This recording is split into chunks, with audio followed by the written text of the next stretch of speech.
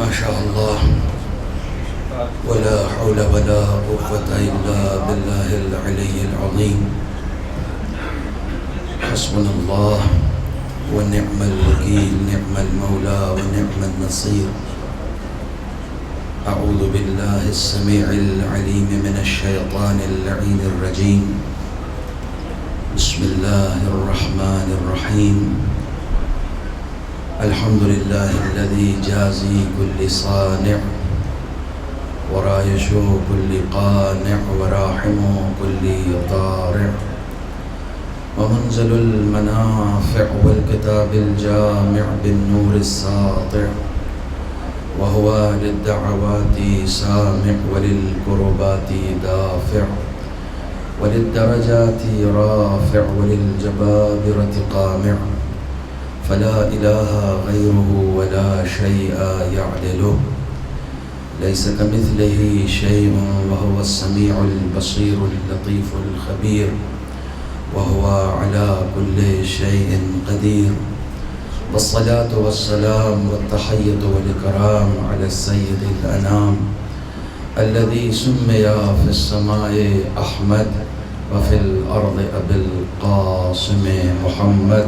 اللهم صل على محمد وآل محمد وعلى أهل بيته الطيبين الطاهرين المعصومين المظلومين الذين أذهب الله عنهم الرجس وطهرهم تطهيرا.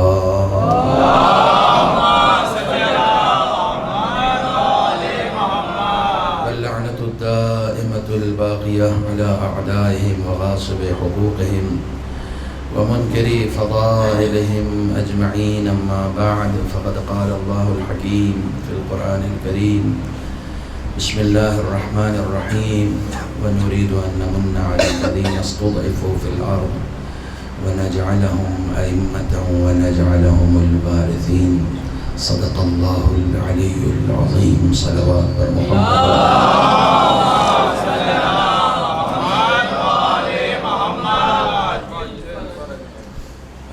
باہر بیٹھنے میں لوگوں کو پریشانی بھی ہو رہی ہے اور جگہ بھی نہیں بچی ہے بالکل، تو اندر ابھی اتنی جگہ ہے کہ کم سے کم 10 لوگ آ سکتے ہیں میرے حساب سے. ممبر پہ بیٹھنے والا بتا سکتا ہے کہ ابھی کتنے لوگوں کی جگہ اندر.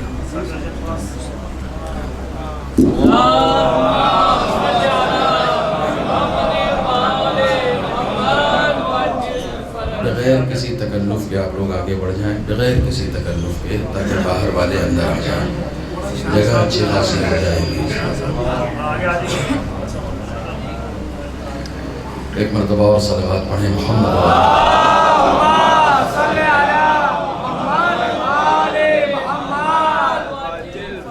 میں نے صرف 10 کہا تھا اور تقریباً 12 لوگ آئے ہیں اب تک. جی ایک صلوات اور پڑھیں محمد.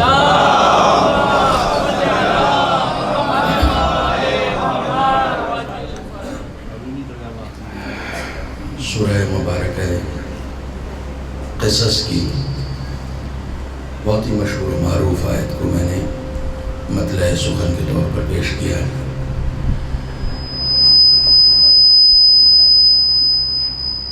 آیت شروع ہوتی ہے ارادہ الہی سے.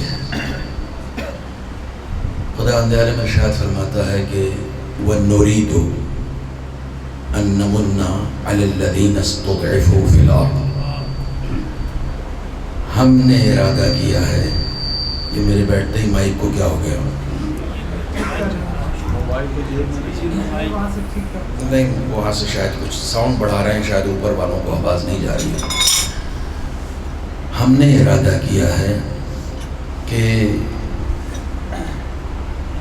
ان لوگوں کو جنہیں زمین پر کمزور کر دیا گیا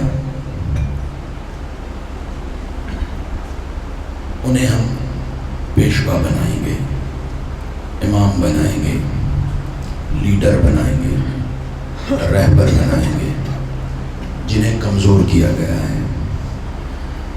قرآن نے یہ نہیں کہا کہ وہ کمزور ہیں، قرآن نے یہ کہا انہیں کمزور بنایا گیا ہے. تم کو لگتا ہے کہ یہ کمزور ہیں، جن کو تم کمزور بنا رہے ہو ایک دن آئے گا کہ ہم انہیں لیڈر بنا کر سامنے پیش کر دیں گے. اور انہیں ہی ہم وارث بنا دیں گے. یہ زمین کے وارث ہیں، زمین کے وارث ہیں. یہ میرا ارادہ ہے. خداوند عالم جب یہ کہتا ہے کہ یہ میرا ارادہ ہے تو دنیا میں تمام ارادہ کرنے والوں کو چیلنج کر رہا ہے. تم بھی اپنے اپنے ارادے کرو، میں بھی اپنا ارادہ کرتا ہوں. دیکھنا یہ ہے کہ تمہارا ارادہ اس دنیا میں قائم ہوتا ہے یا میرا ارادہ اس دنیا میں قائم ہوتا ہے. خدا مرید ہے. ہم لوگ دینیات میں اس کے صفات ثبوتیہ میں پڑھتے ہیں کہ خدا کے ناموں میں سے ایک نام مرید ہے. مرید یعنی وہ جو ارادہ کرتا ہو، وہ جو ارادہ کرتا ہو. اب آپ سوچ رہے ہیں ارادہ تو میں بھی کرتا ہوں، لیکن خدا کا نام مرید ہے، میرا نام مرید نہیں ہے. میں بھی ارادہ کرتا ہوں اور خدا بھی ارادہ کرتا ہے.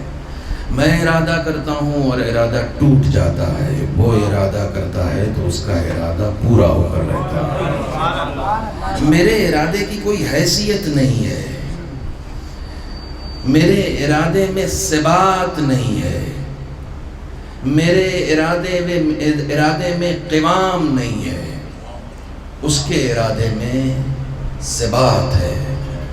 انما اذا اراد امرا، جیسے ہی وہ کسی شے کا ارادہ کرتا ہے تو وہ کیا کہتا ہے؟ کن فیکون. وہ ارادہ کرتا ہے اور وہ شے ہو جاتی ہے. تمہارے ساتھ ایسا نہیں ہے. تمہارا ارادہ کمزور ہے، ٹوٹ جاتا ہے. مولا کائنات فرماتے ہیں عرفت ربی بفسخ العزائم، میں نے اپنے رب کو اپنے ہی ارادوں کے ٹوٹ جانے کے ذریعے سے پہچانا. میرا ارادہ ٹوٹ جاتا ہے، اس کا ارادہ کبھی نہیں ٹوٹتا. تم اگر چاہتے ہو کہ تمہارا ارادہ بھی کبھی نہ ٹوٹے تو کبھی اپنے لیے ارادہ مت کرو، جب بھی کرو اس کے لیے ارادہ کرو. جب تم اس کے لیے ارادہ کرو گے تو تمہارا ارادہ بھی کبھی نہیں ٹوٹے گا. وہ نام باقی رہتے ہیں جو اس کے لیے رکھے جاتے ہیں، وہ کام باقی رہتا ہے جو اس کے لیے کیا جاتا ہے. بقا صرف اس کے یہاں ہے، اس کے علاوہ کسی کے یہاں نہیں ہے. ابھی ادھر آج کل 2-3 مجلسوں میں ایک مثال دے رہا ہوں. بہت سارے لوگ یہاں پر یو پی سے بھی ہیں، لکھنؤ سے بھی ہیں. آپ جائیے لکھنؤ سے جو لوگ نہیں ہیں اور وہ لکھنؤ گئے ہیں تو لکھنؤ میں کسی سے بھی جا کے پوچھیں کہ آصف الدولہ کی مسجد کہاں ہے تو وہ آپ کو بتا دیں گے کہ چوک سے آپ جائیے گا تو سیدھے جائیے گا، اس کے بعد آپ کو رائٹ مڑنا پڑے گا اور رائٹ مڑ کر پھر آپ کو رائٹ ہینڈ پہ ہی جب آپ اندر جائیں گے تو پھر آپ کے رائٹ ہینڈ پہ آصف الدولہ کی مسجد آپ کو مل جائے گی. پھر آپ اس سے پوچھیے آصف الدولہ کا امام باڑہ کہاں ہے تو وہ آپ سے کہے گا آپ کو رائٹ مڑنے کی ضرورت ہی نہیں، بس سامنے دیکھیے گا آصف الدولہ کا امام باڑہ آپ کو دکھ جائے گا. پھر آپ اس سے پوچھیے آصف الدولہ کا گھر کہاں ہے تو وہ چپ ہو جائے گا، وہ کہے گا مجھے نہیں پتا. مطلب آپ سمجھے، جو اس نے اپنے لیے بنایا تھا وہ مٹ گیا، جو خدا کے لیے بنایا تھا وہ آج جو اس نے اپنے لیے بنایا تھا وہ ختم ہو گیا، جو اس نے خدا کے لیے بنایا تھا وہ باقی ہے. یہ بات میں نے یوں ہی نہیں سنائی ہے، یہ بات میں نے یوں ہی نہیں سنائی ہے. واہ واہ صرف وہی کرے گا جو اس جملے کو بھی سن لے گا. ہم نے مجلس کی، مجلس میں ہمارے ہاں لاکھوں کا تبرک ختم ہو گیا، لاکھوں کا تبرک ختم ہو گیا. جب بانٹا تو لاکھوں ختم ہو گئے. اور پھر ہم نے جمعے میں ایک ٹوپی لے کر چندہ جمع کرنا شروع کیا. یہاں لاکھوں ختم ہو گئے، وہاں 10,000 روپے بھی نہیں آ پائے. اور ہم یہ کہہ رہے ہیں کہ ہم خدا کے لیے کر رہے ہیں. جب لیتے ہیں تو لاکھوں کھا جاتے ہیں، جب دیتے ہیں تو 10,000 بھی نہیں جمع کر پاتے ہیں. خدا کے لیے کیجئے تاکہ باقی رہے. صلوات پر محمد.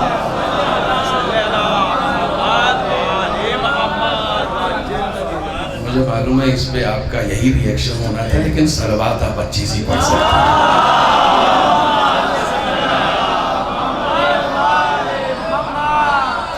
مسجد کی انتظامیہ بہت خوش ہو گئی کہ چلو میرے لیے مولانا نے کچھ کہا تو صحیح۔ البتہ جو لوگ نہیں دیتے ہیں انہیں توجہ کرنی چاہیے، کیونکہ خداوند عالم آیت الکرسی میں ارشاد فرماتا ہے، آیت الکرسی تو ہم لوگ سب لوگوں کو یاد ہے، سب کو یاد ہے، کم و بیش سب کو یاد ہے۔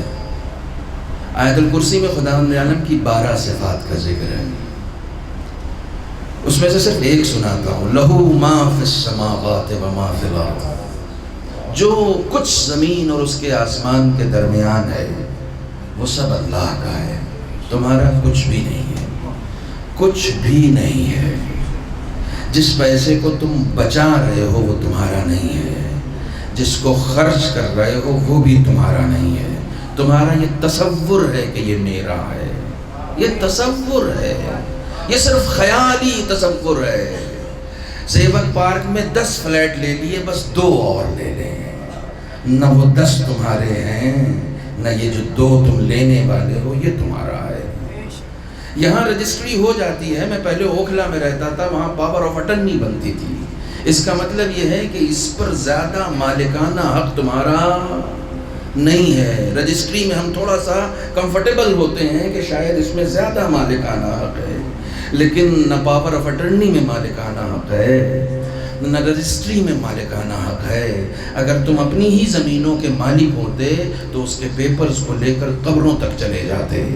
تم چھوڑ کر کیوں گئے؟ چھوڑ کر اس لیے گئے ہو کیونکہ تم مالک نہیں ہو، وہ مالک ہے، اس نے کاغذ پہ پہلے تمہارا نام لکھ رکھا تھا، پھر جب تم مر گئے تو کسی اور کا نام لکھ دیا گیا، یعنی وہ مالکیت ٹرانسفر کرتا رہتا ہے۔ حقیقی مالک میں ہوں، آج تمہیں بنا رکھا ہے، کل اسے بنا دوں گا، خود کو مالک مت سمجھو۔ بات صرف زمین کی نہیں ہے، تم سمجھ رہے ہو کہ زمینوں کے ہم مالک نہیں ہیں، تم اپنی حیات کے مالک نہیں ہو، تم موت کے مالک نہیں ہو۔ جائیے آیت اللہ سیستانی سے جا کر پوچھئے کہ میں اپنی ایک آنکھ نکلوا سکتا ہوں، میں ایک ہی آنکھ سے دیکھنا چاہتا ہوں، میں اپنی ایک آنکھ نکلوا سکتا ہوں، کہیں گے حرام ہے، کیوں؟ تم اپنی آنکھ سمجھ رہے ہو، یہ تمہاری نہیں ہے، تمہاری ہوتی تو تمہیں نکلوانے کا حق ہوتا، تمہیں اپنی آنکھ نکلوانے کا حق نہیں ہے۔ آپ تھوڑی دیر کے لیے سوچئے کہ تمہاری حیات پر اگر تمہارا حق ہوتا تو خودکشی حلال ہوتی، حرام نہیں ہوتی۔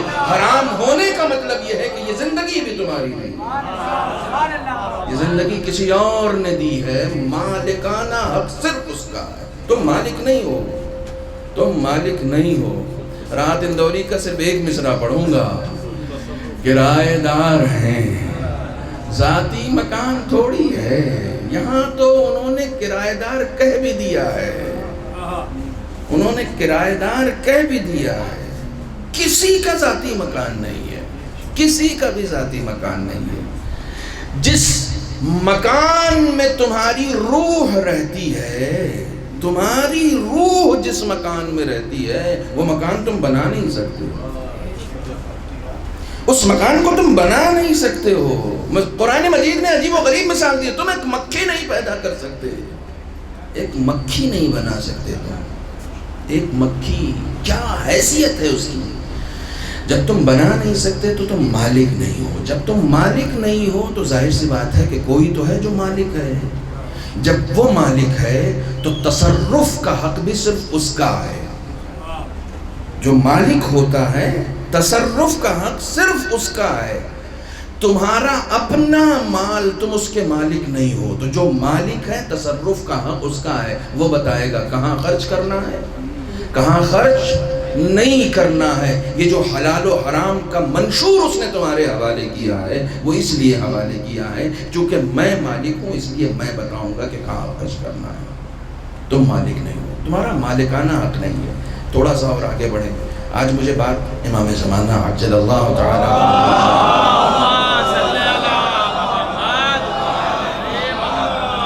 ابھی تک کئی دنوں سے مسلسل دہلی اور اطراف میں جہاں جہاں میں جا رہا ہوں، عام طور سے میرا عنوان ذکر رہتا ہے، ذکر کے حوالے سے گفتگو۔ بہت سارے ہمارے احباب جو ہیں وہ آن لائن بھی سن رہے ہیں، دیکھ رہے ہیں، لیکن جو لوگ آن لائن بھی سن رہے ہیں انہیں بھی انشاءاللہ مایوسی نہیں ہوگی، کیونکہ آج میں امام زمانہ کے ذکر کے حوالے سے چند گزارشات آپ کی خدمت میں پیش کرنا چاہ رہا ہوں۔ برائے سلامتی امام زمانہ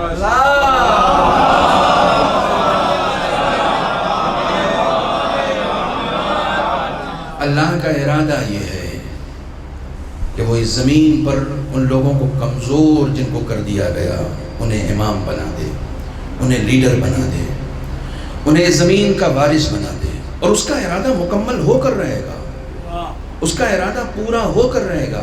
یہ کسی شیعہ کا عقیدہ نہیں ہے کہ امام آئیں گے، یہ صرف شیعت سے مخصوص نہیں ہے، 12ویں ہادی کا عقیدہ یونیورسل ہے، سب مانتے ہیں۔ صرف شیعہ کی بات میں کیا کروں، اہل سنت سے بھی آپ آگے چلے جائیں، ہندو بھی ایک ایسے اوتار کے منتظر ہیں کہ جو اس دنیا میں آ کر عدل و انصاف قائم کرے گا، عیسائی بھی منتظر ہیں۔ تھوڑے سے فرق کے ساتھ کچھ یہ سمجھتے ہیں کہ پیدا ہو گئے ہیں، کچھ یہ سمجھتے ہیں کہ ابھی پیدا نہیں ہوئے ہیں۔ خداوند عالم کے ناموں میں سے ایک نام قیوم ہے، اللہ لا الہ الا هو الحی القیوم، یہی آیت الکرسی، وہ حی بھی ہے اور قیوم بھی ہے۔ قیوم کا کیا مطلب ہوتا ہے؟ میں کس چیز پر ناز کر رہا ہوں، آج تھوڑا سا پیسہ دیا ہے اس میں ناز کرنے لگتا ہوں، وہ کہتا وہ بھی چلا جائے گا، تمہارے پاس قوام نہیں ہے، کوئی چیز رکنے والی نہیں ہے، صرف میرے پاس رکتی ہے۔ ہاں تم میرے ہو جاؤ، میں قائم ہوں، میں قائم ہوں، تم میرے ہو جاؤ، میں تمہیں بھی قائم بنا دوں گا۔ اور جو اس کا ہو گیا اس نے اسے ایسا قائم بنا دیا کہ آج تک جوانی ٹھہری ہوئی ہے، آج تک اس کی جوانی باقی، اس کی جوانی رخصت نہیں ہو رہی ہے۔ کیوں نہیں ہو رہی ہے؟ کیونکہ وہ قیوم کا ہے۔ اب چونکہ وہ قیوم کا ہو گیا ہے لہٰذا اس کی جوانی ٹھہری ہوئی ہے۔ 1200 برس سے سن 255 ہجری سے 1445 چل رہا ہے نا، 255 ہجری سے آج تک ایک بچپنے کے بعد جو جوانی آئی وہ ٹھہری ہوئی ہے، چونکہ وہ قیوم کا حقیقی بندہ ہے، اس کے یہاں قوام ہے، تمہارے یہاں قوام نہیں ہے۔ تم چاہتے ہو باقی رہنا، اس کے ہو جاؤ، جب تم اس کے ہو جاؤ گے تو تم باقی رہو گے۔ میں نے آصف الدولہ کے امام باڑے کی مثال دی، باقی ہے۔ یہ گھروں میں مجلسیں کیوں ہو رہی ہیں؟ کیوں تاکید کی گئی ہے؟ علماء نے، عرفاء نے، بزرگوں نے کیوں تاکید کی ہے کہ اپنے گھر میں مجلس کرو؟ نہیں کر سکتے، بڑے پیمانے پر بڑے اہتمام کے ساتھ نہیں کر سکتے، گھر کے لوگوں کو جمع کرو، گھر کے لوگوں کو جمع کرو۔ نہیں بلا سکتے کسی ذاکر کو، نہیں بلا سکتے، اپنے ہی گھر میں بیٹھ کر ذکر حسین کرو تاکہ تمہیں بھی قوام نصیب ہو سکے۔ جس گھر میں ذکر حسین ہوگا وہ گھر آباد رہے گا، نسلوں تک آباد رہے گا، کیونکہ حسین نے اس کے لیے اپنی جان دی ہے کہ جو قائم ہے، جو قیوم ہے۔ ایک صلوات پڑھیں محمد۔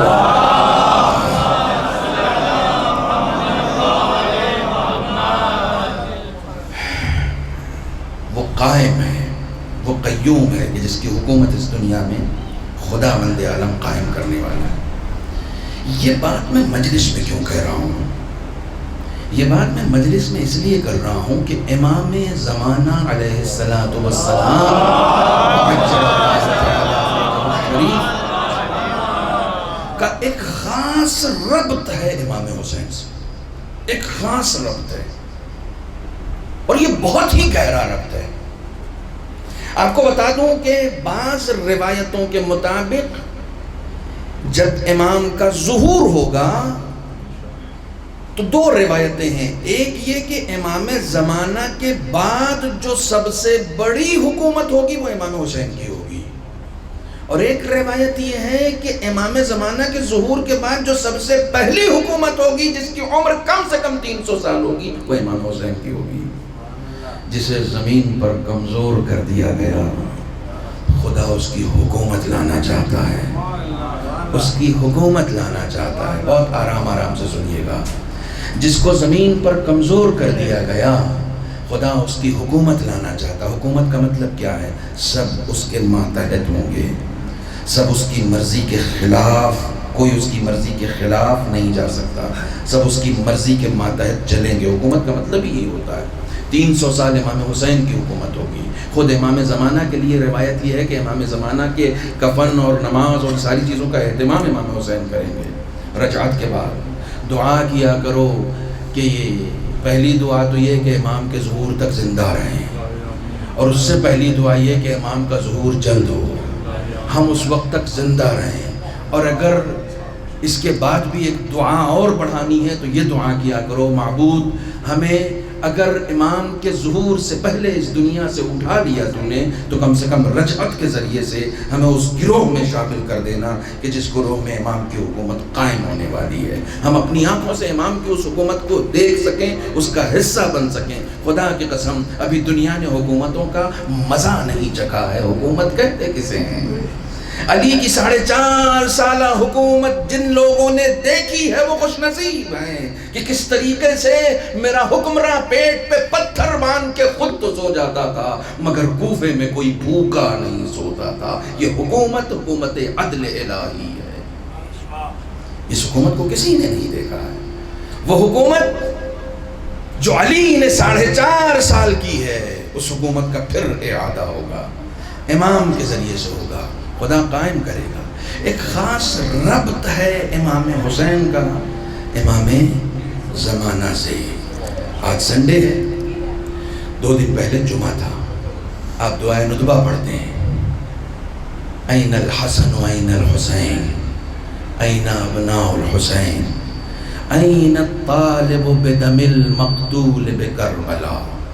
کہاں ہے کربلا کا انتقام لینے والا؟ کہاں ہے منتقم؟ کہاں ہے؟ امام جب ظہور فرمائیں گے نا تو امام اپنا تعارف ایسے کرائیں گے، انا الصمصام المنتقم. مجھے پہچانتے ہو؟ مجھے جانتے ہو؟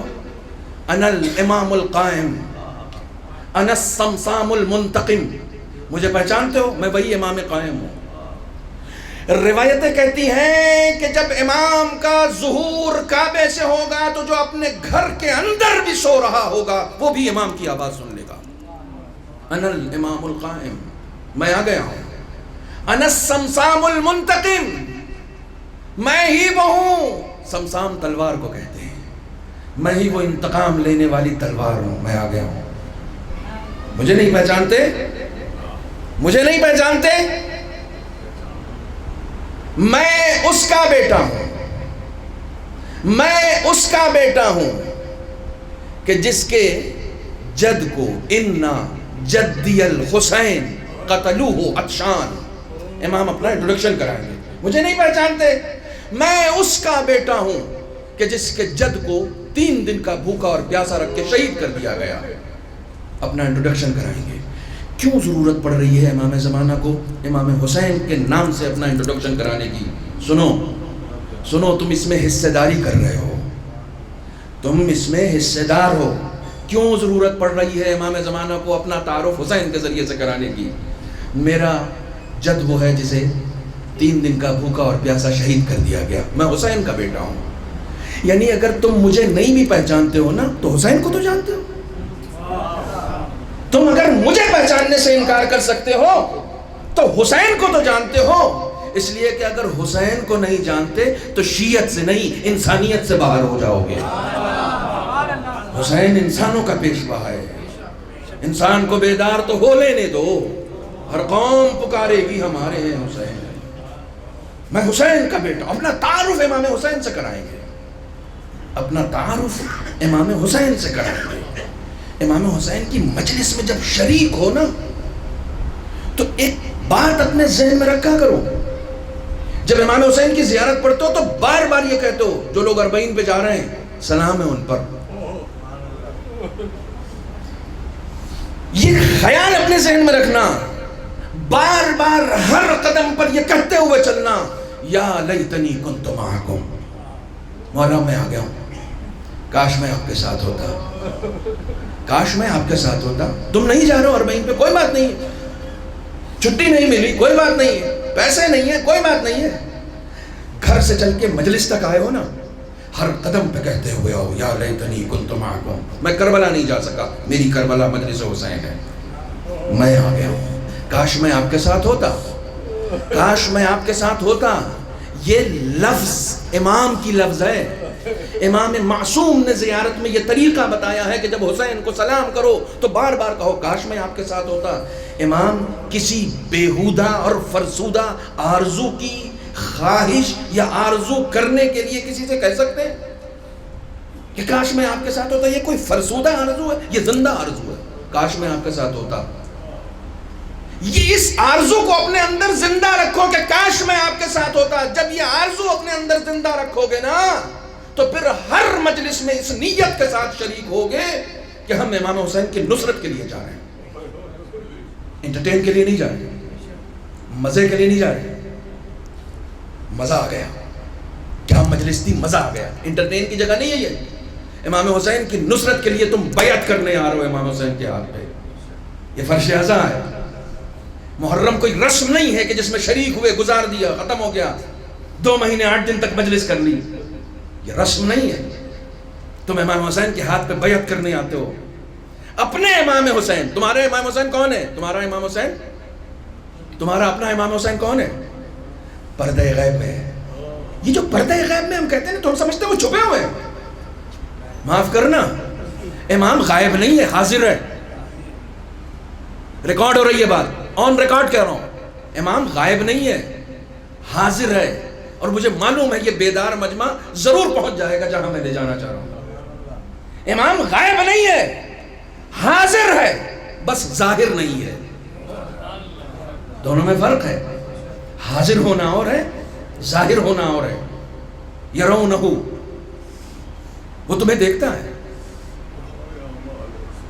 وہ تمہیں دیکھتا ہے، تم اسے نہیں دیکھ پاتے۔ وہ تمہاری مجلسوں میں تم کو دیکھتا ہے، وہ ہر سال کعبے میں جاتا ہے، حج کرنے کے لیے جاتا ہے۔ اور جو لوگ 40 میں چل رہے ہیں نا، انہیں ہر قدم پہ وہ دیکھتا ہے، وہ دیکھتا ہے۔ ان کے دل میں اگر اپنے امام کا خیال نہیں بھی آتا ہے تو ہر لمحہ امام کے دل میں اس کا خیال ہوتا ہے۔ تمہارے دل میں امام کا خیال نہیں بھی آئے گا نا تب بھی اس کے دل میں تمہارا خیال ہوگا۔ خیال نہیں ہوتا تو تمہیں 40 تک کیسے لے کر جاتا؟ تم اپنی گاڑی کمائی حسین کے اوپر کیسے خرچ کرتے؟ تم کو لگ رہا ہے کہ نہیں یہی تمہیں، یہ میں اسی کے لیے تو کماتا ہوں، میں اسی کے لیے تو زندہ ہوں، میں زندہ ہی حسین کے لیے ہوں۔ حجر ابن عدی سے ایک دن مولا کائنات نے پوچھا کہ اگر کبھی تمہارے پاس ایسا وقت آ جائے کہ کوئی تم سے یہ کہے کہ علی پر تبرہ کرو، علی سے برات کا اعلان کرو، تو حجر کہتے ہیں مولا میں مر جاؤں گا، آپ پہ تبرہ نہیں کر سکتا۔ کچھ دن کے بعد امیر شام نے پکڑ لیا حجر کو اور کہا کہ علی پہ تبرہ کرو۔ مسکرانے لگے، حجر مسکرانے لگے، کہلے کیا بات ہے میرے مولا کی، پہلے سے خبر دے دیتے ہیں ہر بات کی، کیا بات ہے میرے مولا کی۔ کیا ہوا؟ کہا ایک دن پہلے ہی مجھ سے کہا تھا، ایک دن پہلے یعنی ایک زمانہ پہلے مجھ سے مولا نے کہا تھا کہ اگر کبھی ایسا وقت آئے کہ کوئی مجھ سے برات کا اعلان کرنے کے لیے کہے تو کیا کرو گے؟ اب تو نے کر دیا، میں علی کا بندہ ہوں، ممکن نہیں ہے۔ کہا جان لے لوں گا، کہا علی کے بعد جتنا بھی زندہ ہوں نا وہ اضافی زندہ ہوں، علی کے بعد زندگی اچھی نہیں لگتی ہے۔ آپ فضائل میں رو رہے ہیں، میں یہی سوچ کر بیٹھا ہوں آج، میں یہی سوچ کر بیٹھا ہوں۔ یہ آنسو یوں ہی نہیں نکلتے ہیں، جن کے دل، جن کے جذبات، جن کی روح میں حسین کی محبت اتری ہوئی ہوتی ہے نا، وہ مجلسوں میں انٹرٹین کے لیے نہیں آتے، نوکری کے لیے آتے ہیں، بندگی کے لیے آتے ہیں۔ حسین کو پہچانو۔ امام حسین نے 57 سال کی عمر میں کسی غلام سے بھی اپنے جوتے کا فیتا نہیں بدلوایا ہے، جانتے ہو؟ امام حسین نے 57 سال کی زندگی میں کسی غلام سے بھی اپنے جوتے کا فیتا نہیں بدلوایا۔ کیوں؟ امام حسین کو اپنا نوکر نہیں چاہیے، خدا کا بندہ چاہیے۔ تم خدا کے ہو جاؤ، تم خدا کے ہو جاؤ، تم میرے ہو جاؤ گے۔ 6 لوگوں کو گرفتار کیا تھا امیر شام نے، 6 لوگوں کو کہا تھا علی سے برات کا اعلان نہیں کرو گے تو مار دیے جاؤ گے، کہا زندگی اضافی۔ اس میں حجر کا بیٹا بھی تھا، حجر کو بھی پکڑا تھا، حجر کے بیٹے کو بھی پکڑا تھا۔ تو حجر نے پوچھا پکا ہے مارنا؟ کہا ہاں پکا ہے۔ کہا پھر پہلے بیٹے کو مارو، پہلے پھر بیٹے کی گردن اڑاؤ۔ کہا کیوں؟ کہا اس لیے کہ بڑی مشکل سے اس کو علی کی محبت میں جوان کیا ہے، کہیں میری گردن کٹتا ہوا دیکھ کر علی کی محبت سے پھر نہ جائے، اس لیے پہلے اسے علی کے پاس بھیج دیتا ہوں، پھر علی کے پاس میں پہنچ جاؤں گا۔ تم اپنے بچوں کو کیسے جوان کر رہے ہو؟ تم اپنے بچوں کو کس کے لیے جوان کر رہے ہو؟ اپنے امام کے لیے؟ پتہ ہے علماء کیا کہتے ہیں کہ جب امام کا ظہور ہوگا نا، مثال دیتے ہیں بالکل جیسے کرنٹ افیئر کی مثال، کہ دروازے پر تمہارے آ کر گاڑی کھڑی ہو گئی ہے اور کوئی کہہ رہا ہے جلدی سے سوار ہو جاؤ چلنا ہے، تو تم اس وقت یہ نہیں کہو کہ رکیے آتے ہیں، نہیں، منتظر نہیں رکتا۔ جو اس گاڑی کے آنے کا منتظر تھا، اب کس بات کا انتظار کرے گا؟ وہ انتظار ہی میں تھا کہ یہ گاڑی آ تو جائے، پھر دیکھو میں کس طریقے سے دیوانہ وار خود کو قربان کرتا ہوں۔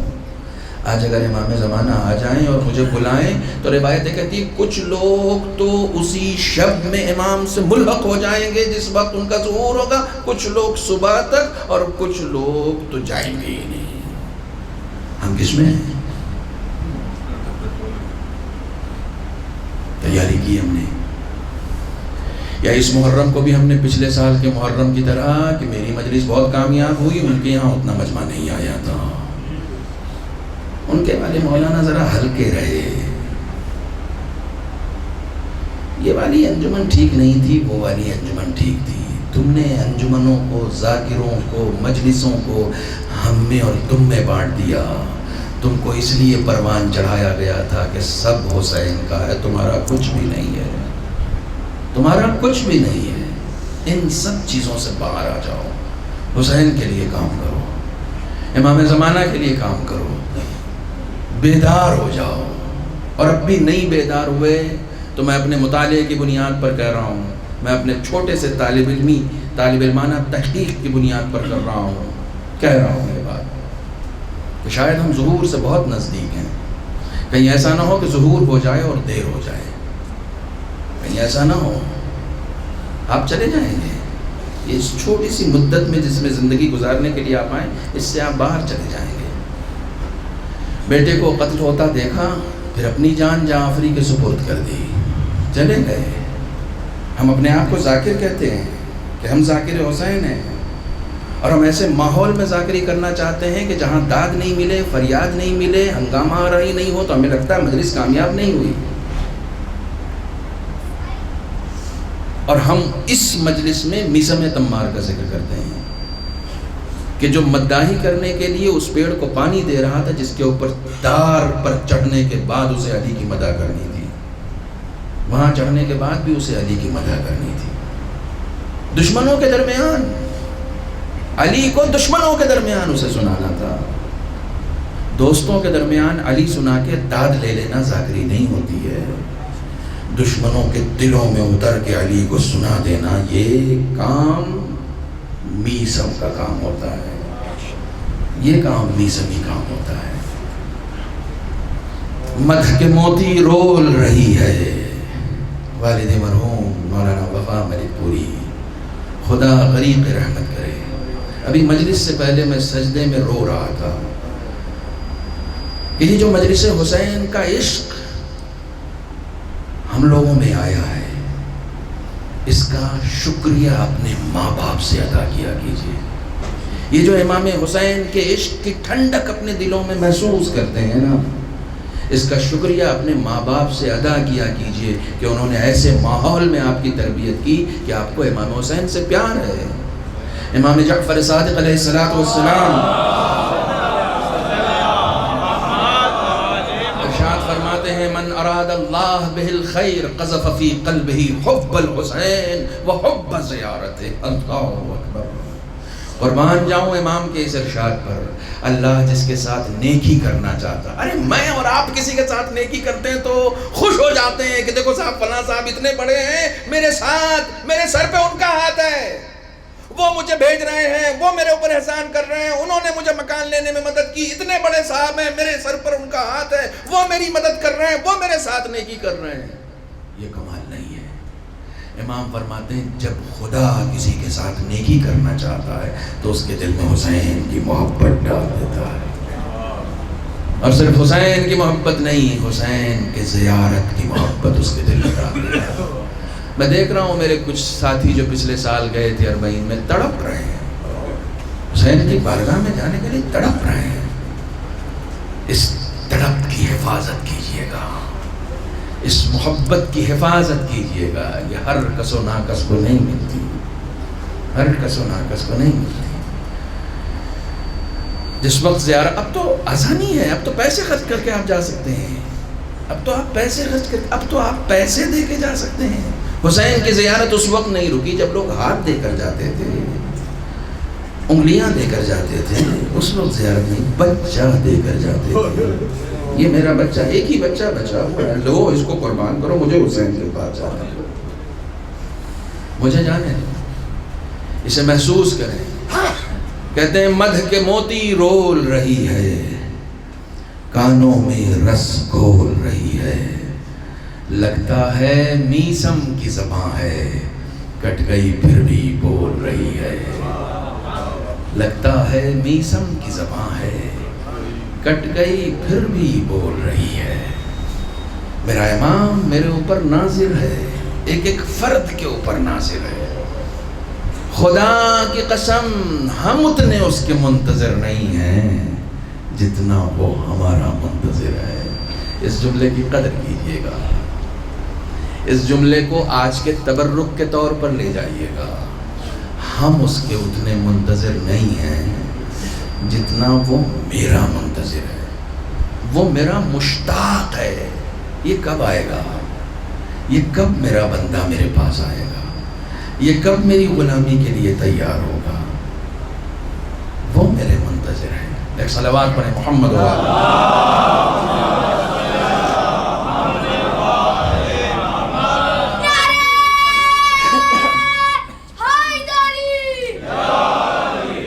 اپنی عظمت کو سمجھیے۔ میں چھٹے امام کی ایک حدیث لکھ کر لایا ہوں، سنیے اس کو۔ قال رجل فی المجلس، امام سے ایک شخص نے مجلس میں کہا، مجلس سے مراد امام بیٹھے ہوئے تھے، امام کے اصحاب ان کے ساتھ بیٹھے ہوئے تھے، کہا اسأل اللہ الجنہ، آقا مجھے جنت چاہیے۔ اللہ اکبر، جذب ولا کا بھڑک جائے گا، کہتا اسأل اللہ الجنہ، آقا مجھے جنت چاہیے۔ فقال علیہ السلام، امام نے کہا انتم فی الجنہ، تم جنتی میں تو ہو۔ امام کے پاس بیٹھا ہوا تھا، اس نے کہا مجھے جنت چاہیے، کہا انتم فی الجنہ، تم جنتی میں تو ہو۔ اس نے کہا کہ پھر امام نے کہا انتم فی الجنہ، دعا کرو فاسأل اللہ ان لا یخرجکم من الجنہ۔ یہ اہم ہے جملہ، تم جنت میں ہو، بس خدا سے اتنی دعا کرو کہ وہ تمہیں جنت سے نکال نہ دے۔ جنت میں ہو، اس کی قدر کرو۔ میں ہمیشہ کہتا ہوں جب نعمت کی قدر نہیں کی جاتی ہے تو یا نعمت چھین لی جاتی ہے یا اس کی صورت بدل دی جاتی ہے۔ کیا کہیں ہمارے ہاں مجلسوں کی صورت بدل تو نہیں گئی؟ بدل تو نہیں گئی؟ بدل گئی ہے، معاف کیجیے گا، بدل گئی ہے۔ ابھی بہت سارے لوگ جن کے بچے نے 10th پاس کیا ہے اور ان کو 11th میں ایگزام دلانا ہے، 11th میں ایڈمیشن کرانا ہے، 12th میں ایڈمیشن کرانا ہے، سب پریشان ہیں، مولانا کس کالج میں کرائیں، کس اس میں کرائیں، کس اس میں کوچنگ سینٹر میں دیں، کون سا ٹیچر ہونا چاہیے، آپ کو انجینئر بنانا ہے، انجینئر کے ایکسپرٹس کے پاس لے جاتے ہیں، آپ کو ڈاکٹر، آپ کو اگر اپنے بچے کو MBBS کرانا ہے تو اپنے محلے کے جھولا چھاپ ڈاکٹر کے پاس لے جاتے ہیں آپ کہ بھئی اس کو MBBS کرنا ہے، آپ پڑھا دیجیے گا۔ وہ کہے گا میں خود ہی نہیں ہوں، میں کہاں سے پڑھا دوں گا۔ آپ جس ڈپارٹمنٹ میں اپنے بچے کو ڈالنا چاہتے ہیں اس کے ایکسپرٹس کے پاس جاتے ہیں، آپ دین لینے کے لیے کسی کو بھی بٹھا دیتے ہیں۔ کسی کو بھی، جس کو بھی چرب زبانی آتی، آؤ مجھے دین دو. جس کے پاس خود نہیں ہے وہ کیا دے گا؟ وہ کیا دے گا؟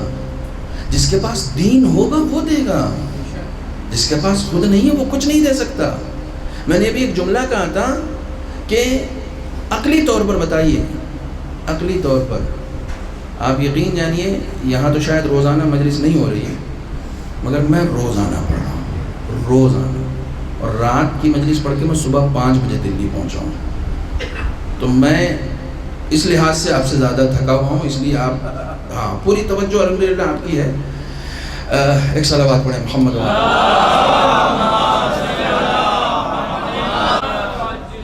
ہم دین کسی سے بھی لے سکتے ہیں، جو ایکسپرٹ نہیں ہے اس سے بھی لے سکتے ہیں. نہیں لے سکتے نا، جو ایکسپرٹ ہے ہم صرف اس سے دین لیں گے، اس کے علاوہ کسی سے نہیں لے سکتے. میں آپ سے ایک سوال کرتا ہوں، عقلی سوال.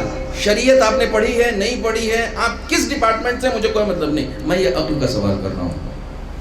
ہمارے ہاں ہندوستان میں کچھ لوگ ہیں جو جب مائک ملتا ہے تو اپنی تعریف کرتے ہیں. ان کو جہاں بھی بھیڑ مل جاتی ہے وہ اپنی تعریف کرتے ہیں، ہے نا؟ پہنچ گئے. آپ بہت اسمارٹ ہیں، آپ کو پہنچ جانا چاہیے. ان کو جب مائک ملتا ہے وہ اپنی تعریف کرتے ہیں. وہ چاہتے ہیں ہر ذہن میں میرا نام گونجنے لگے.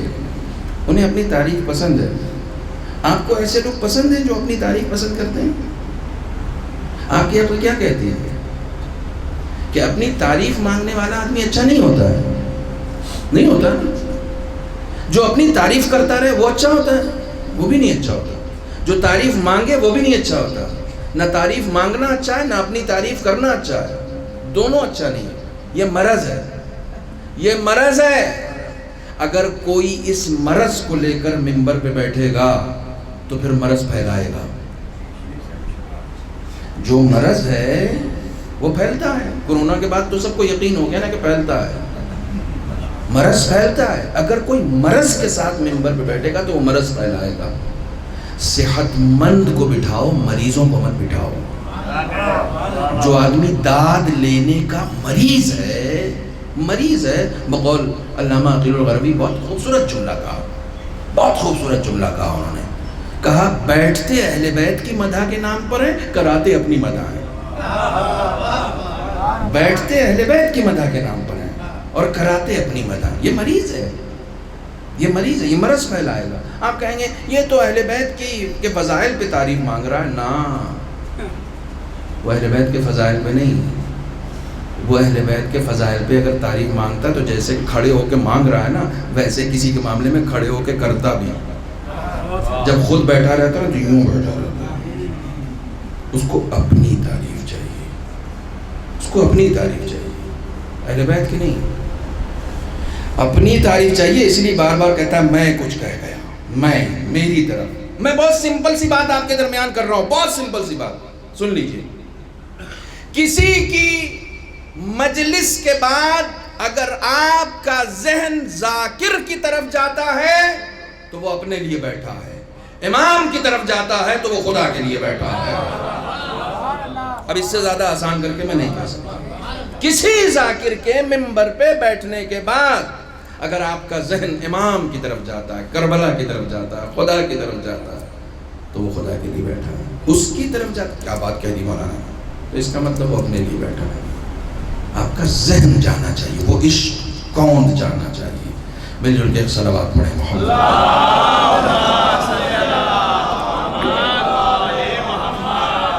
امام نے فرمایا کہ کوشش یہ کرو کہ اس جنت سے نکل نہ جاؤ، جنت میں ہو. تو اس نے کہا کہ جعلت فداک، آقا آپ پر قربان ہو جاؤں. نحن فی الدنیا، ہم تو دنیا میں ہیں، جنت میں کہاں ہیں؟ آپ کہہ رہے ہیں تم جنت میں ہو، ہم تو دنیا میں ہیں. امام نے فرمایا فقال الستم تقرون بامامتنا، کیا تم ہماری امامت کا اقرار نہیں کرتے؟ تو اس نے کہا قالا نعم، ہاں کیوں نہیں، ہم تو آپ کی امامت کا اقرار کرتے ہیں. قالا ھذا معنی الجنہ، جنت کے معنی تو یہی ہے. وہ جنت میں ہے. جنت کوئی بنی ہوئی بلڈنگ نہیں ہے. کہ جس میں مرنے کے بعد آپ جائیں گے. جی نہیں، کوئی بنی ہوئی بلڈنگ تھوڑی ہے. میں ہمیشہ ایک جملہ کہتا ہوں. ابھی 2 سال پہلے گریٹر نوئیڈا میں میرا عنوان تھا برزخ کا. اس میں نے ایک جملہ کہا تھا کہ برزخ بھی کوئی ایسی جگہ نہیں ہے کہ جو خدا نے بنا رکھی ہے کہ ہم مرنے کے بعد ہم یہاں رکھیں گے. اس کو برزخ کہا جاتا ہے. نوجوانوں خاص طور سے سنو، برزخ کوئی بنی ہوئی بلڈنگ نہیں ہے. جنت کوئی بنی ہوئی بلڈنگ نہیں ہے. جہنم کوئی بنی ہوئی بلڈنگ نہیں ہے کہ مرنے کے بعد آدمی کو وہاں ٹرانسفر کیا جائے گا. سب کچھ یہی ہے. یہی جہاں آپ بیٹھے ہوں یہی ہے، یہی ہے. علی کی مدح سن کے کسی کے دل میں کدورت آنے لگی، یہی جگہ اس کے لیے جہنم ہے. علی کی مدح سن کے کسی کے دل میں سرور آ گیا، یہی جگہ اس کے لیے جنت ہے. یہی جگہ اس کے لیے جنت ہے. اور برزخ ایک الگ چیز ہے. برزخ کا مطلب کیا ہوتا ہے؟ برزخ کا مطلب ہی ہوتا ہے کہ جو ہے وہ دکھائی نہیں دے رہا ہے، جو دکھائی دے رہا وہ ہے نہیں. برزخ کا مطلب تو یہی ہے نا کہ جو ہے، مثلا کسی کی موت ہو گئی، آپ جنازے میں شریک ہوئے. ایک حدیث اور سن لیجئے. چھٹے امام فرماتے ہیں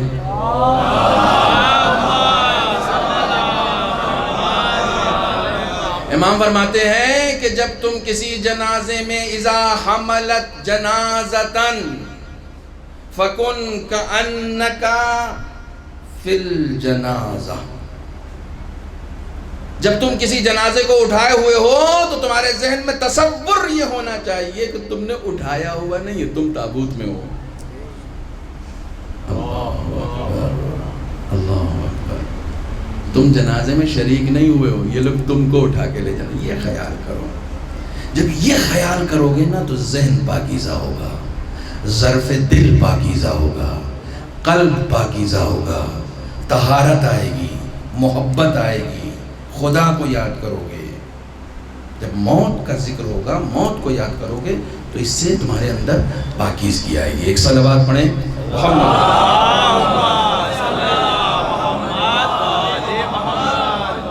ایک اور صلوات پڑھیں محمد.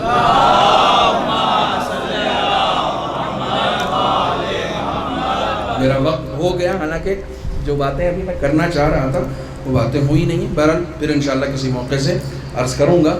ایک 2-3 چیزیں صرف سن لیجئے. امام سے اپنے کنیکٹ ہو جاؤ، رابطے میں آ جاؤ. ساری دنیا سے کنیکٹ ہوتے ہو، ساری دنیا سے رابطہ کرنا چاہتے ہو. تمہارا حقیقی محبوب تمہارا امام ہونا چاہیے.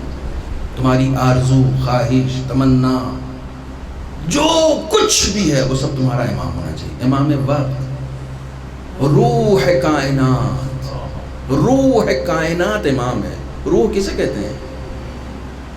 ابھی آپ مجلس کے بعد جائیں گے، جوتا پہنیں گے یا چپل پہنیں گے.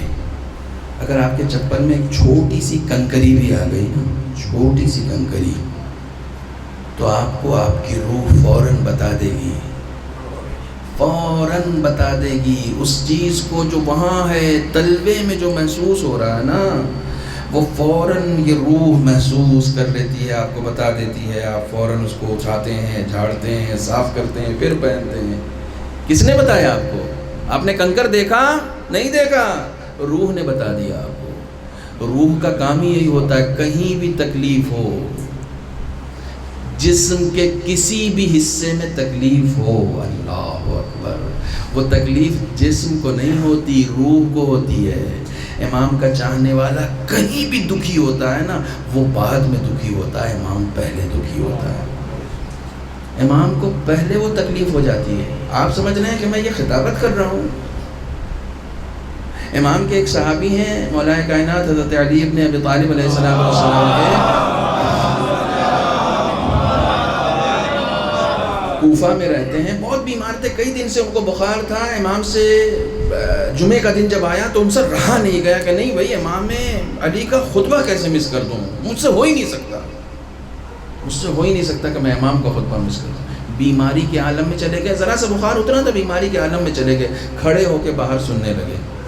بخار اور تیز آ گیا، پورا بدن تب گیا، لرزنے لگا. پھر کہنے لگے کہ چلو خطبہ سن لیتا ہوں، نماز پڑھ کے فوراً چلا جاؤں گا. جیسے ہی جانے لگے، امام نماز پڑھ کے اس کے پیچھے پیچھے جانے لگے اور اس کے کاندھے پہ ہاتھ رکھ کے کہا کہ ہمارا چاہنے والا جب کبھی مریض ہوتا ہے نا تو اس مرض کے درد کو وہ بعد میں محسوس کرتا ہے، ہم پہلے کرتے ہیں. اس نے بتایا نہیں تھا کہ میں مریض ہوں، کہا وہ مرض بعد میں محسوس کرتا ہے، ہم پہلے محسوس کرتے ہیں. تم کو اتنی عزت دی ہے تمہارے امام نے، تم نے کتنا وقت دیا اپنے امام کو، کتنا وقت دیا. تھوڑا سا اویئر ہوں، تھوڑا سا بیدار ہوں، تھوڑا سا ظہور کے لیے کام کریں، تھوڑا سا اپنے آپ کو آمادہ کریں. انہی مجلسوں کے ذریعے سے، انہی زیارتوں کے ذریعے سے، انہی قافلوں کے ذریعے سے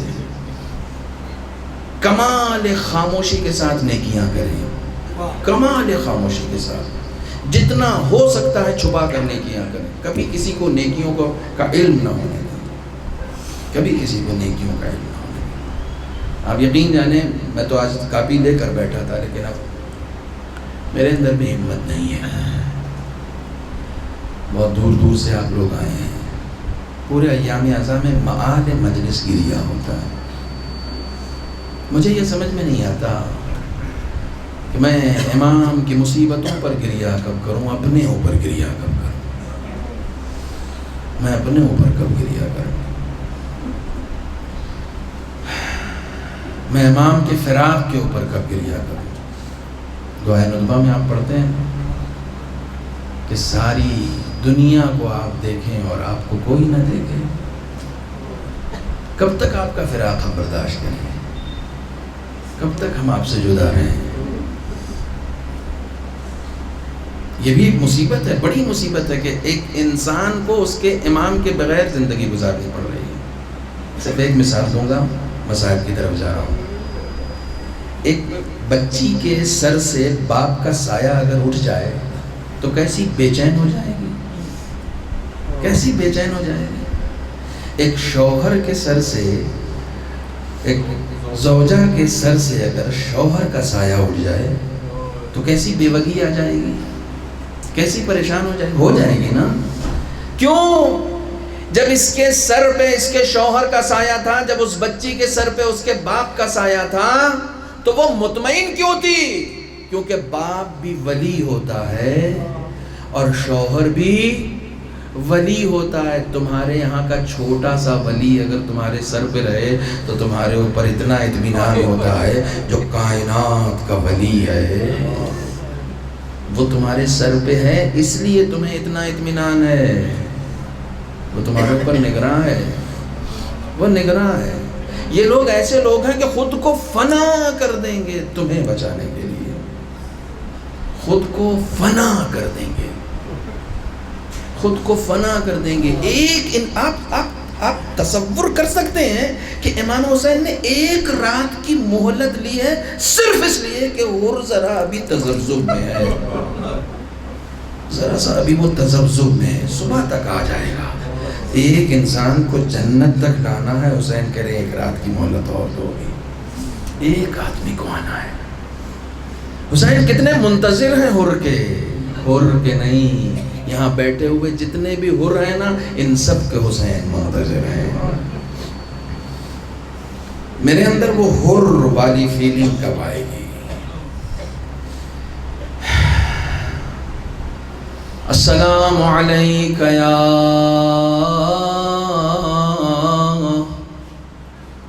ابا عبداللہ.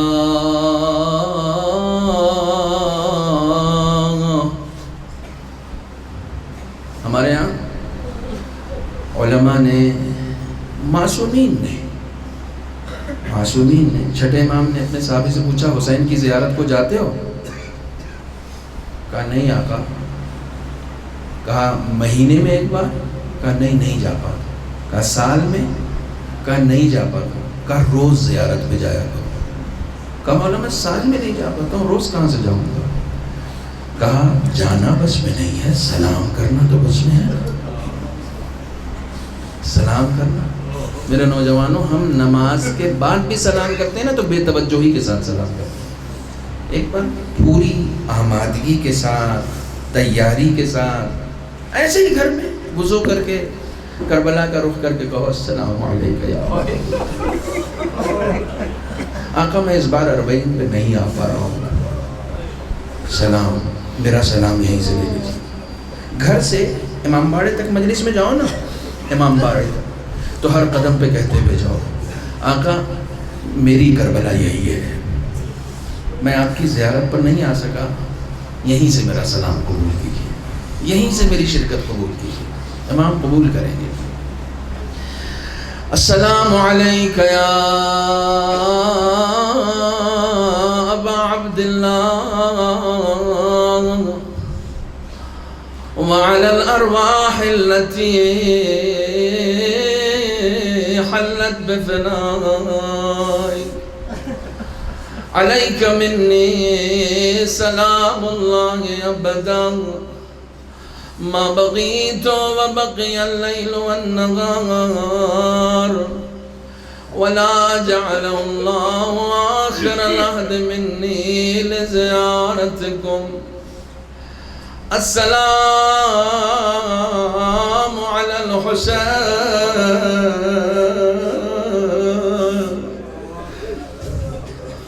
وعلى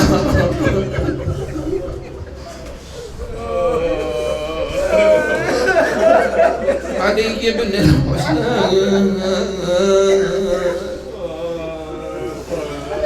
وعلى أولاد الحسين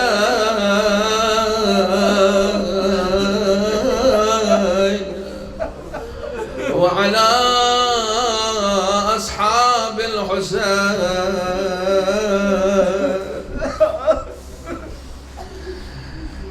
امام رضا فرماتے ہیں یا ابن الشبیب ان كنت باكيا لشيء فابكِ للحسين۔ اے شبیب کے بیٹے اگر کبھی کسی بات پہ رونا ہے تو میرے جد حسین پہ رونا۔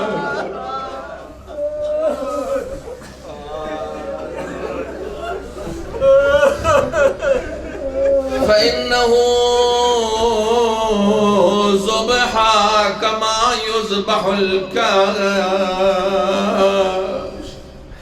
ابن شبیب اگر کسی بات پہ رونا ہے تو میرے جد حسین پہ رویا کرو۔ اللہ اکبر، قربان جاؤں آقا آپ کے اس مصیبت پڑھنے پہ قربان جاؤں۔ امام رضا مصیبت پڑھ رہے ہیں امام حسین کی، کہتے ابن شبیب رونا ہے تو میرے جد پہ رویا کرو، کیونکہ میرے جد کو ایسے ذبح کیا گیا جیسے بھیڑ کو ذبح کرتے۔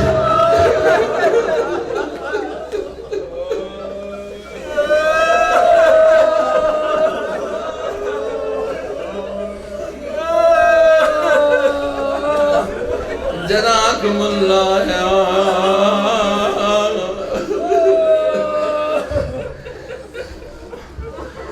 عرب میں ایک دستور ہے، لوگوں نے ترجمہ کیا کبش کا، کہتے ہیں کبش بھیڑ کو کہتے ہیں۔ میں نے کہا نہیں، کبش بھیڑ کو نہیں کہتے۔ امام نے کبش کی مثال دی ہے۔ عرب میں دور جاہلیت میں ایک دستور تھا، وہ جب کسی جانور کا شکار کرتے تھے، میرا امام مجھے معاف کرے، یہ کبش کی تفسیر بتانا میرے لیے بڑا سخت ہے، میرا زندہ امام مجھے معاف کرے۔ دور جاہلیت میں ایک دستور تھا کہ عرب جب کسی جانور کا شکار کرتے تھے تو اسے پکڑ کے فوراً حلال نہیں کرتے تھے، اسے ایک گھیرا بنا کر دوڑاتے تھے، اسے تھکاتے تھے، اسے اتنا تھکا دیتے تھے کہ پھر وہ چلنے کے قابل نہیں ہوتا۔ جب وہ چلتے چلتے تھک جاتا تھا تو گر جاتا تھا، جب وہ گر جاتا تھا تو کوئی تیر مارتا تھا۔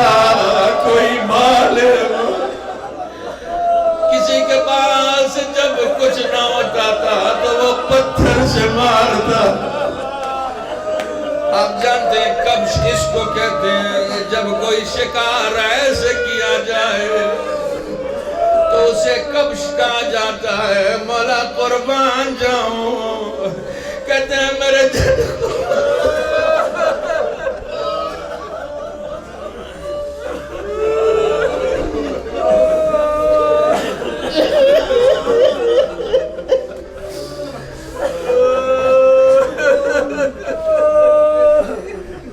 میرے جد کو ایسے ذبح کیا گیا جیسے کبش کو ذبح کیا جائے. سنو شاید میں زیادہ دیر نہ بڑھ سکوں. عرب کا دوسرا دستور سنو.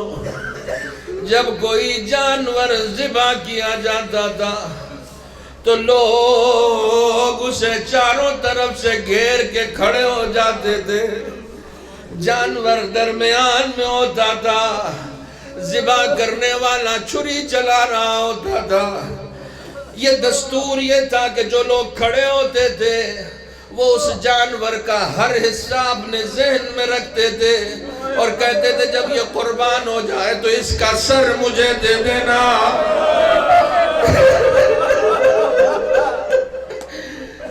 کوئی کہتا تھا کہ اس کا پاؤں مجھے دے دینا. کوئی کہتا تھا کہ پسلیاں مجھے دے دینا. اللہ اکبر. میرا حسین کیسے مارا گیا. حسین قتل ہو رہے ہیں. اخنس کہتا ماما مجھے دے دینا. حسین قتل ہو رہے ہیں. خولی کہتا ہے سر مجھے دے دو. بجدل کہتا ہے انگوٹھی میرے حوالے.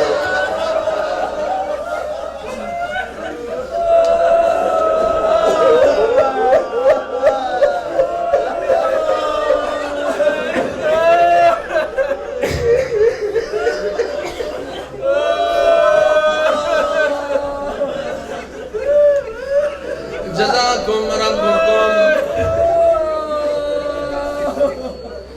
خدا تمہیں غم حسین کے علاوہ کوئی اور غم نہ دے. آنکھوں میں آنسو آ گئے. دعا کرو خدایا اس منتقم کو ذو کا ظہور فرما اور اس کی انتقام گیری میں ہمیں اس کا ساتھی اور غلام بنا دو. ایک منظر اور سن لو. میں نے مجلس ختم کر دی. میری مائیں بہنیں جو اوپر بیٹھ کر یہ مجلس سن رہی ہیں سنو. تمہاری طرف سے تعزیت پیش کرتا ہوں. صفر کا مہینہ آج 9 تاریخ ہو گئی. یہ لٹا ہوا قافلہ 11 محرم کو جب کربلا سے روانہ ہو رہا ہے تو ایک ایک نے دیکھا ہے حسین کا لاشا دھوپ میں پڑا ہوا ہے.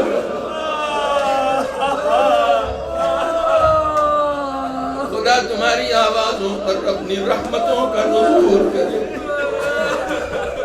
دیکھو کبھی مصیبتوں کو ایسے بھی سنا کرو. میں آج عرب کے کچھ دستور بتانے لگا ہوں. سنو ایک اور دستور ہے عرب کا. جب یہ لٹا ہوا قافلہ مدینے آ گیا تو مدینے کی عورتیں ایک ایک کر کے زینب کو پرسا دینے کے لیے آتی ہیں.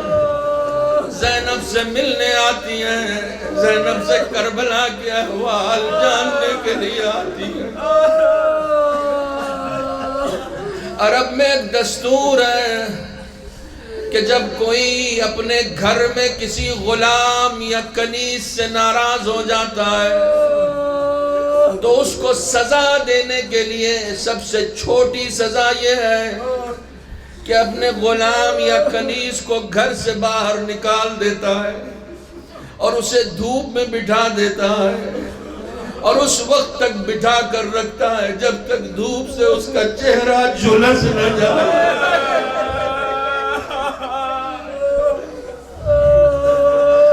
عورتیں مدینے میں زینب سے ملنے کے لیے آتی ہے، کیا دیکھتی ہے؟ کنیز باہر دھوپ میں بیٹھی ہوئی۔ عورتیں یہ سمجھ رہی ہیں کہ زینب نے کسی کنیز کو سزا دی ہے جو دھوپ میں بیٹھی ہے۔ اندر آتی ہیں، جناب زینب سے ہاتھ جوڑ کے کہتی ہیں بی بی آپ کا تعلق خاندان کرم سے ہے، آپ لوگ کب سے سزا دینے لگے؟